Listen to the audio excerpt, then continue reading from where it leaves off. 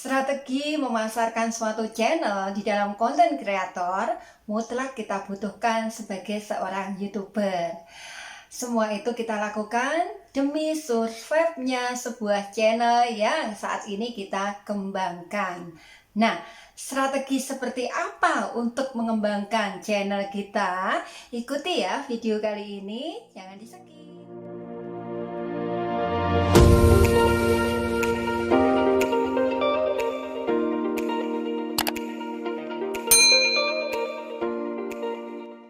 Assalamualaikum warahmatullahi wabarakatuh.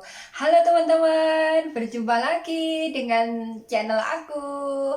Nah, langsung saja ya teman-teman. Pada kesempatan kali ini saya ingin mengajak sharing dengan teman-teman tentang strategi bagaimana kita memasarkan channel. Diakui atau tidak, memasarkan channel di dunia per-YouTubean itu mutlak kita miliki loh teman-teman. Kenapa mutlak? Karena itu bagian daripada bagaimana kondisi channel kita itu supaya survive. Nah, salah satu indikatornya kita harus menguasai strategi pemasaran atau promosi dari channel yang kita miliki. Nah, langsung saja teman-teman, strategi seperti apa yang sekiranya perlu kita miliki di dalam mengembangkan channel. Yang pertama, gunakan media pertemanan. Nah, media pertemanan ini tentu tidak bisa kita abaikan teman-teman, karena bagaimanapun juga ketika kita mempunyai produk ya, cuma bedanya kita kan produk konten kreator video yang ada di channel. Tidak ada salahnya kan kita memanfaatkan media pertemanan yang kita miliki. Jadi teman-teman kita, sekiranya teman-teman kita itu sungkanlah menolak produk kita, sehingga mereka di luar sana tidak segan-segan untuk memberikan support yang berkaitan dengan pemberian subscribe dan melihat video kita. Begitu kan ceritanya? Jadi salah satu sarana promosi channel tentunya menggunakan media pertemanan. Nah, langsung saja strategi yang kedua untuk memasarkan channel yaitu dengan media pemaksaan. Lah, kok ada media pemaksaan ya? Iya, media pemaksaan ini bisa kita lakukan atau mungkin teman-teman sudah mempraktekkan di luar sana. Salah satu contohnya adalah menggunakan sarana atau cara sub for sub. Nah, mau tidak mau dengan cara ini ada kan unsur keterpaksaan kita mencari sub for sub karena untuk menambah subscribe kita, begitu kan? Mau tidak mau itu kategori media pemaksaan. Bagaimana tidak? Ambil contoh misalnya, Kak, aku sudah subscribe nih, tolong dong di screenshot misalnya, atau mungkin kemudian sepertinya kok belum ya, begitu ya. Jadi ada unsur ketidakpercayaan, terus kita dipaksa untuk menampilkan screenshot dan lain-lain. Ya seperti itulah, banyak sekali kan. Saya yakin teman-teman punya kok cerita tentang unsur pemaksaan ini di dunia sub for sub itu, maksudnya seperti itu ya. Jadi itu salah satu media pemaksaan ya.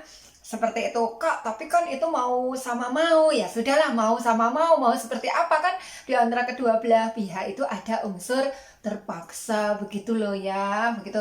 Tapi mengenai mau sama mau ada unsur simbiosis mutualisme itu lain ya. Alhamdulillah kalau memang sudah terjadi kesepakatan seperti itu. Itu juga menambah unsur pertemanan, kan begitu intinya. Nah, selanjutnya di pointer ketiga, bagaimana strategi memasarkan channel kita adalah menggunakan media pengejaran kualitas. Nah, di pointer ketiga ini teman-teman, sepertinya kita harus ekstra lebih memperhatikan pada media penempatan kualitas. Kenapa saya katakan seperti itu? Karena dunia per-YouTubean ini sejatinya kan investasi ya teman-teman. Artinya kan kita harus mampu berpikir tentang prospek ke depan, berpikir tentang masa depan channel kita. Nah, kalau kita berpikir jangka panjang, berpikir tentang prospek, berpikir tentang bagaimana keberadaan channel kita ke depan, maka layak kita memikirkan kualitas channel yang kita kembangkan saat ini. Karena apa? Tidak mungkin kan kita terus mengedepankan unsur pertemanan, karena unsur pertemanan itu juga ada batasnya loh teman-teman. Juga unsur for sub juga, sampai kapan kita melakukan seperti itu? Karena channel kita itu harus survive ke depan teman-teman.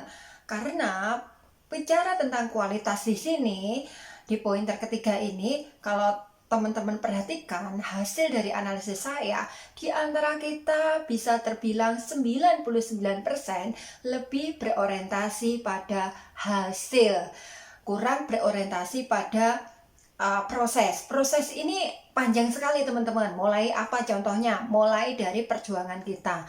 Perjuangan itu kalau di breakdown banyak sekali, misalnya tentang perangkat fasilitas yang kita sudah korbankan.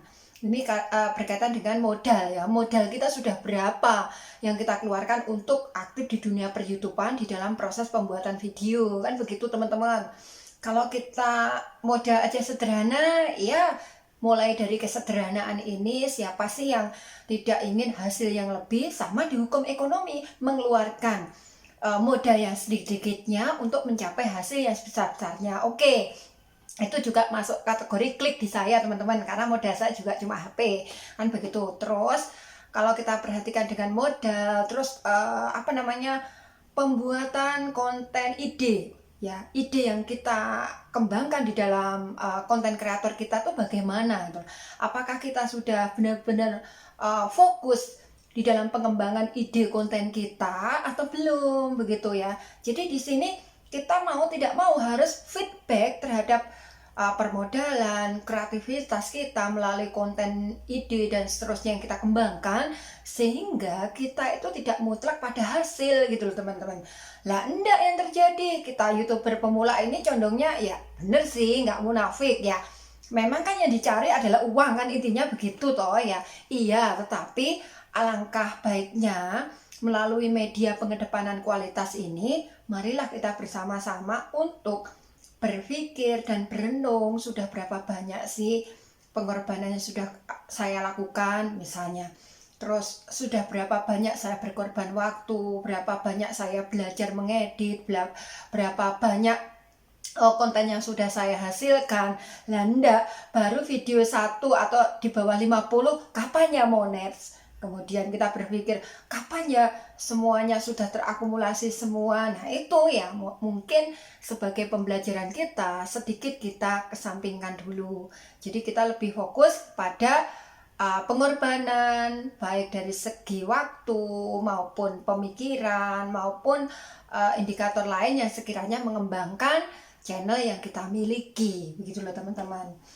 Jadi dengan demikian, melalui strategi pemasaran channel ini, tentu setelah kita pahami bersama, lagi-lagi yang menjadi garda terdepan dan berprospek jangka panjang, mau tidak mau kita harus berpikir tentang kualitas channel kita. Begitu teman-teman.